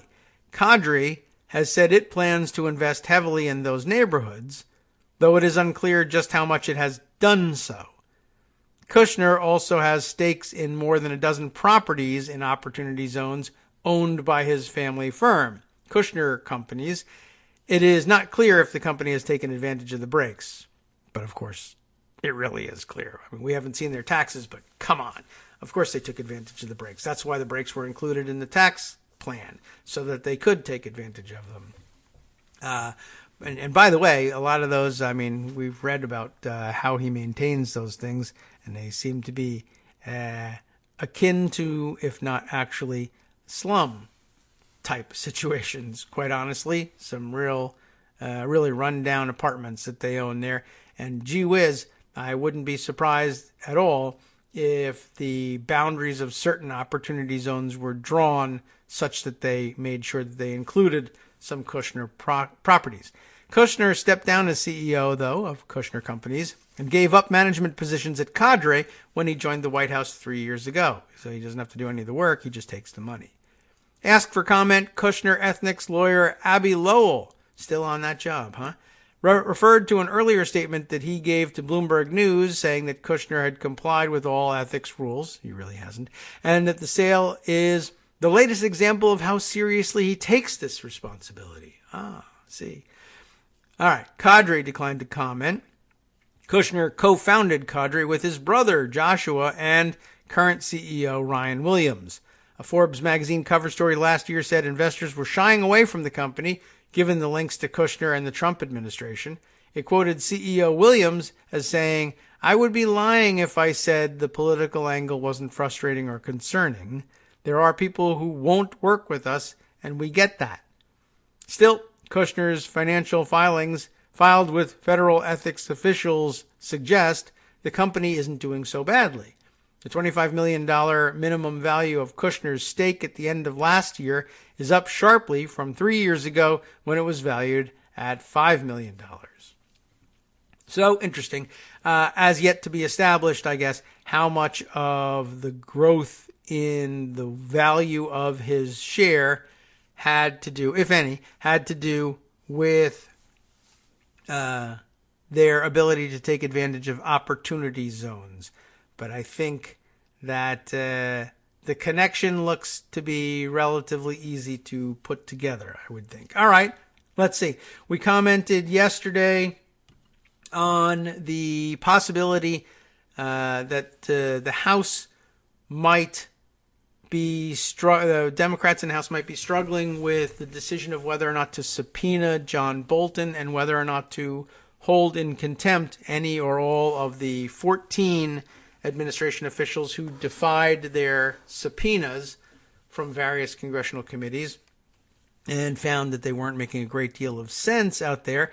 But here, I knew I got something from NYC Southpaw. A tweet in which the note is left here for us. Notable from Doug Letter. That would be the, what is he? Is he the counsel to the Intelligence Committee? Was he the Intelligence or Judiciary Committee? Or is he maybe his House Counsel? Is that what he was? I think that rings a bell. Notable from Doug Letter, this claim that the McGahn case, which we talked about briefly but never really got into, maybe that's somewhere to go. McGahn was wrongly decided, and the committee, which committee, I don't know, intends to file a petition for rehearing that case en banc by March 9th. That would be next Monday. So this is this tweet includes a retweet from Big Cases Bot. New filing in the House Ways and Means Committee versus the U.S. Treasury. Oh, okay. Interesting. That's why was that case the vehicle for this statement? I don't know. Let's see if we can take a look at the filing. Is it huge? Committee on Ways and Means versus the United States Department of Treasury and Donald Trump. The motion to vacate hearing and for supplemental briefing on McGahn. They're going to use McGahn in this Ways and Means case, looking for, those would be for the, I guess, for the tax returns, right? The Plaintiff Committee on Ways and Means respectfully requests that the court, A, vacate the Thursday, March 5th, 2020 hearing on the committee's motion to lift stay, and B, permit the parties to file short supplemental briefs on Friday, March 13th regarding the effect of this case on the D.C. Circuit's recent decision in Committee on the Judiciary versus McGahn. On January 14th, the court stayed this case pending a decision in McGahn. On January 28th, the committee filed a motion to lift that stay, which was fully briefed as of February 15th. Now that McGahn has been decided, the predicate for the court's stay has disappeared, and a hearing on the committee's motion is no longer necessary. McGahn, though, was wrongly decided, this motion says, and the Committee on the Judiciary intends to file a petition for a rehearing en banc on March 9th, the expedited 10-day deadline set by the D.C. Circuit. So does everybody remember what the en banc hearing means? Lawyers are, of course, probably familiar. But for everyone else, the McGahn case, which recently held that Donald McGahn did not have to or could not be compelled to testify by these congressional subpoenas, was decided this was the appeal of it. The initial court, I think, actually held that he would have to testify. McGahn appealed that, and then a 3-judge panel of the D.C. Circuit Court of Appeals went the other direction and said that he didn't have to testify. One intermediate step available in between appealing from the D.C. Circuit Court of Appeals to the Supreme Court is to ask the entire D.C. Circuit Court, all the judges, to sit en banc, everybody get a hand in rehearing this case. And from there, that too can be then appealed to the Supreme Court if the Supreme Court will agree to hear it. But they're going to go with en banc rehearing on this one. Very interesting. All right, let's see. However, as the committee has already advised the court, crucial differences exist between the threshold issues presented in McGahn and those in this case. Again, that's the Ways and Means case looking for the tax returns.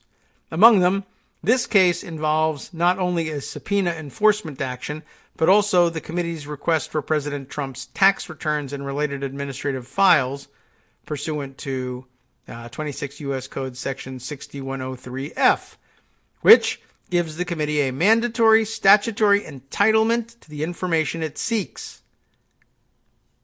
President Trump has also intervened in this case in his individual capacity.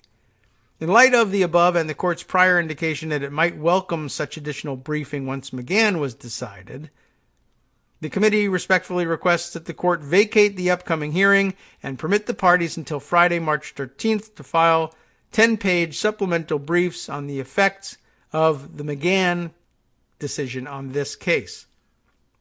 Plaintiff does not believe that point 8, there's some minutia here, from the court's standing order applies in this instance because it is not requesting to either reschedule or extend the time for a hearing, which was set by the court on February 28th, 4 business days before the hearing date.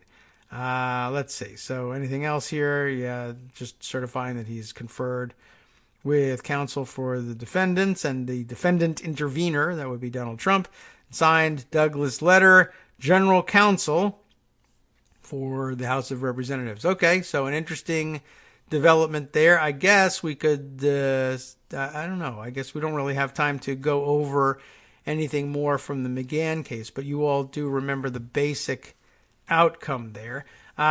Let me at least recommend to you, perhaps for some additional reading on it, an opinion piece. Ellie Honig, writing for CNN, with a eye-catching headline, Court of Appeals decision amounts to a constitutional earthquake.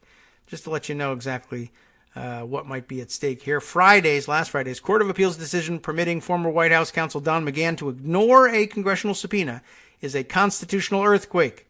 If the ruling by 2 judges, with a 3rd dissenting, stands, the McGahn decision will fundamentally shift the ground beneath our system of checks and balances. It will tilt the legal terrain against Congress in favor of not just the Trump administration for now, but the presidency itself. The fact that McGahn, according to special counsel Robert Mueller, a direct witness to acts that met the requirements to bring obstruction charges against President Donald Trump, will not testify, is actually the less important story here. Trump has denied any wrongdoing, after all. As a refresher, in 2017, Trump asked McGahn to have Mueller fired, and then later asked McGahn to lie and deny that Trump had made the previous request of him. Any non-president would have been indicted for this conduct. Seems like a relevant point for Congress to investigate, but alas, the United States Court of Appeals for the District of Columbia Circuit has let McGahn and the White House off the hook.